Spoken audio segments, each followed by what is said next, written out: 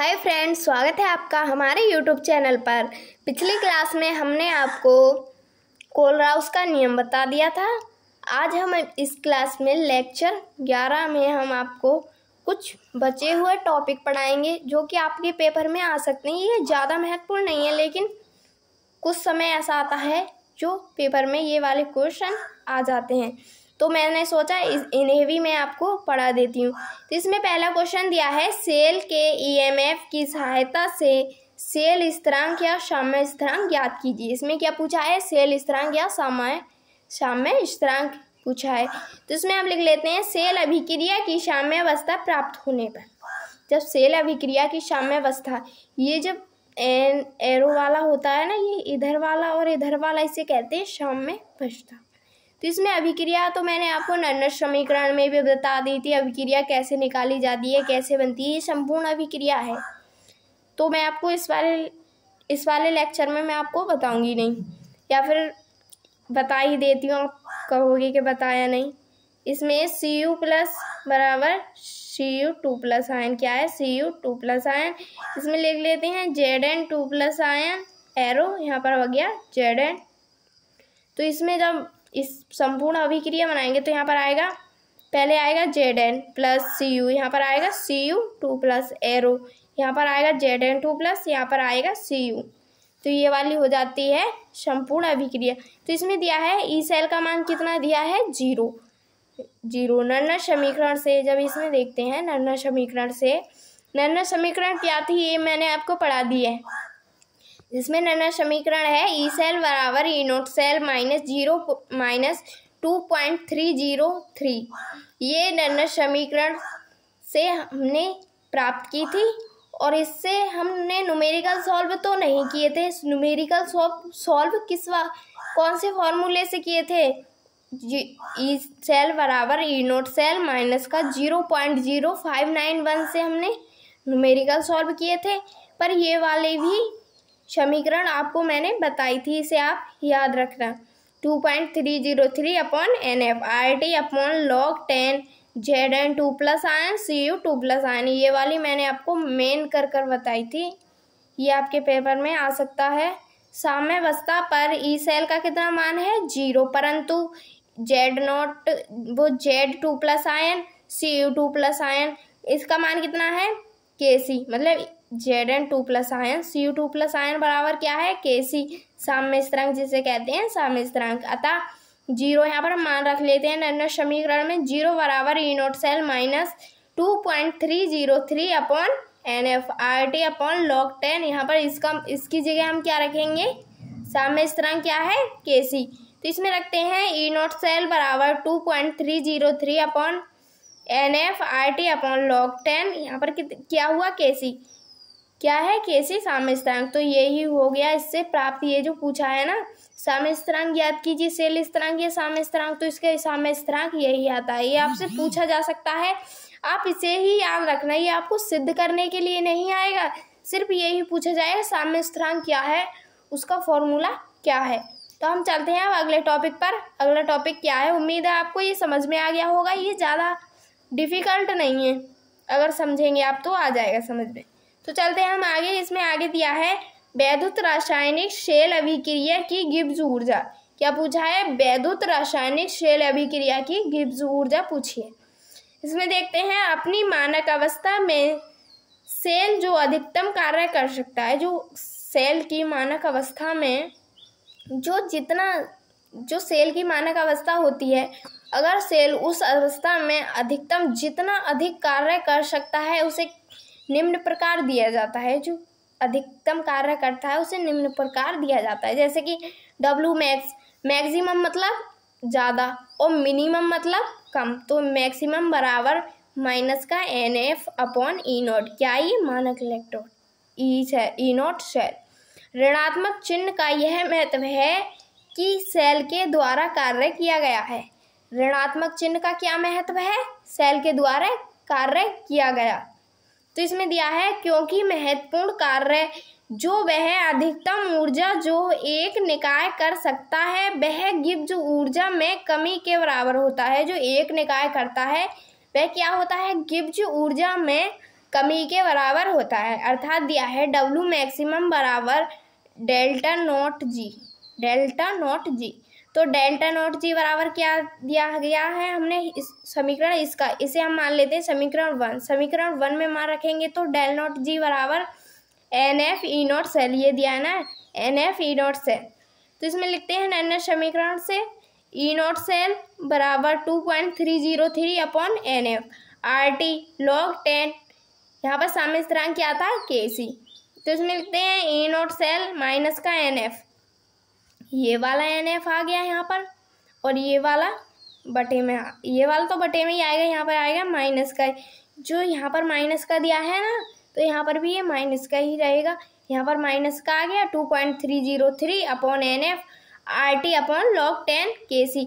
N F से N F क्या हो जाएगा, कट जाएगा। इसमें बचता क्या है, डेल नॉट जी बराबर 2.303 आर टी लॉग 10 क्या बचा के सी। यहाँ पर ये नहीं मानेंगे, यहाँ पर मानेंगे डेल नॉट जी, क्या मानेंगे डेल्टा नॉट जी। ये क्या है इसका फॉर्मूला, ये भी पूछा जा सकता है लेकिन ये ज़्यादा महत्वपूर्ण नहीं है। तो चलते हैं आगे, आगे इसमें क्या दिया है। तो इसमें आगे दिया है, ये एक न्यूमेरिकल है उसी से संबंधित जो मैंने अभी आपको बताया था डेल नॉट जी वाला। क्या है 25 डिग्री सेल्सियस। अच्छा पहले ये बताओ 25 डिग्री सेल्सियस किस में आता है, इलेक्ट्रोड विभव में आता है या फिर मानक इलेक्ट्रोड विभव में आता है। तो ये किस में आता है 25 डिग्री सेल्सियस मानक इलेक्ट्रोड विभव में। तो इसमें दिया है न्यूमेरिकल 25 डिग्री सेल्सियस पर मानक परिस्थितियों में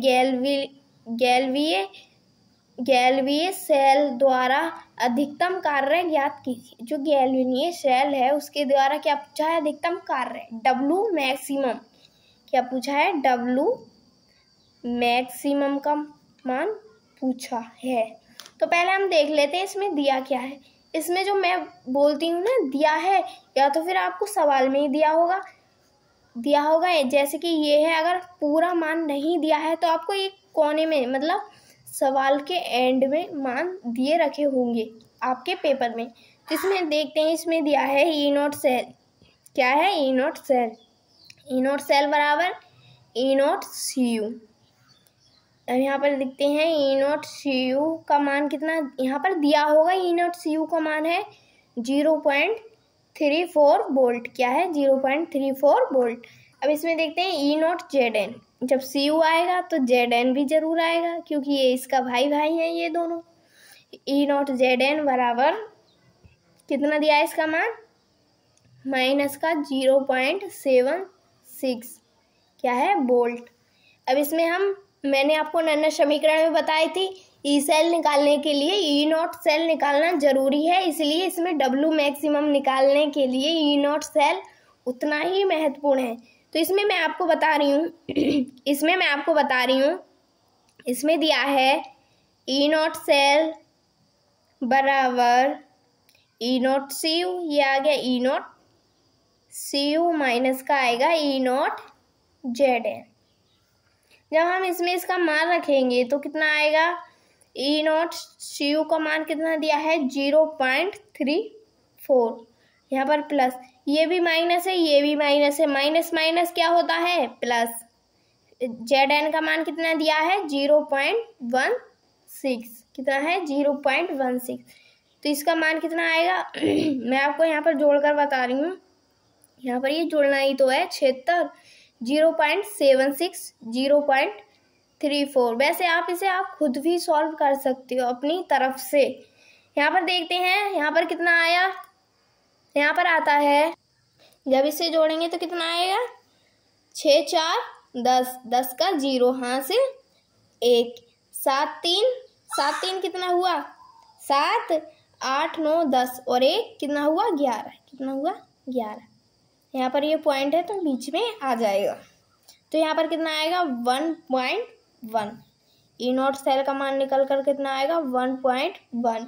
इसमें पूछा क्या है ये मैंने आपको लिख भी दिया था, डब्ल्यू मैक्सिमम पूछा है।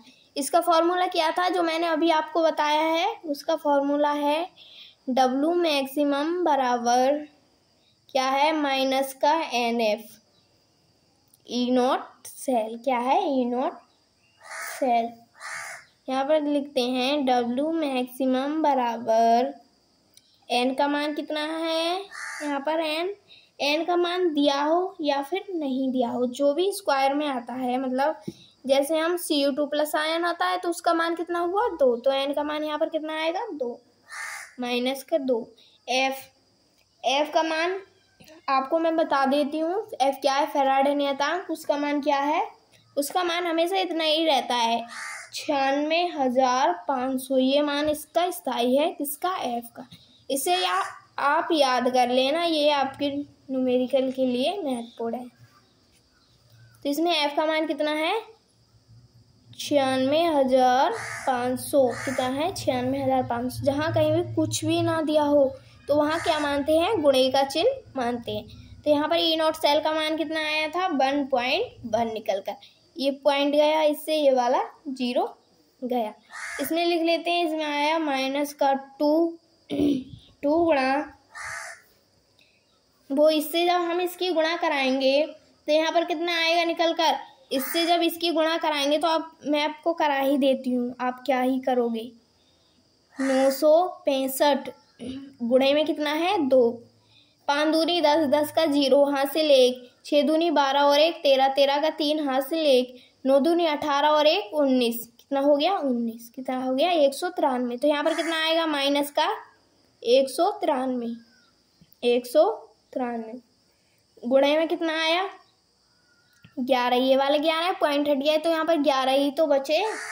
जब इसमें इस 11 की इससे गुणा कराएंगे, अब आप इतना तो कर ही लोगे, जब हम 11 की इससे गुणा कराएंगे तो इसका मान कितना आएगा 212 3000, कितना आएगा 212 3000। आप ये कर लेना, आप इसका मान निकाल कर मुझे कमेंट में लिखकर जरूर बता देना क्या है इसका मात्रक, क्या है W मैक्सिमम का जूल, क्या है इसका जूल।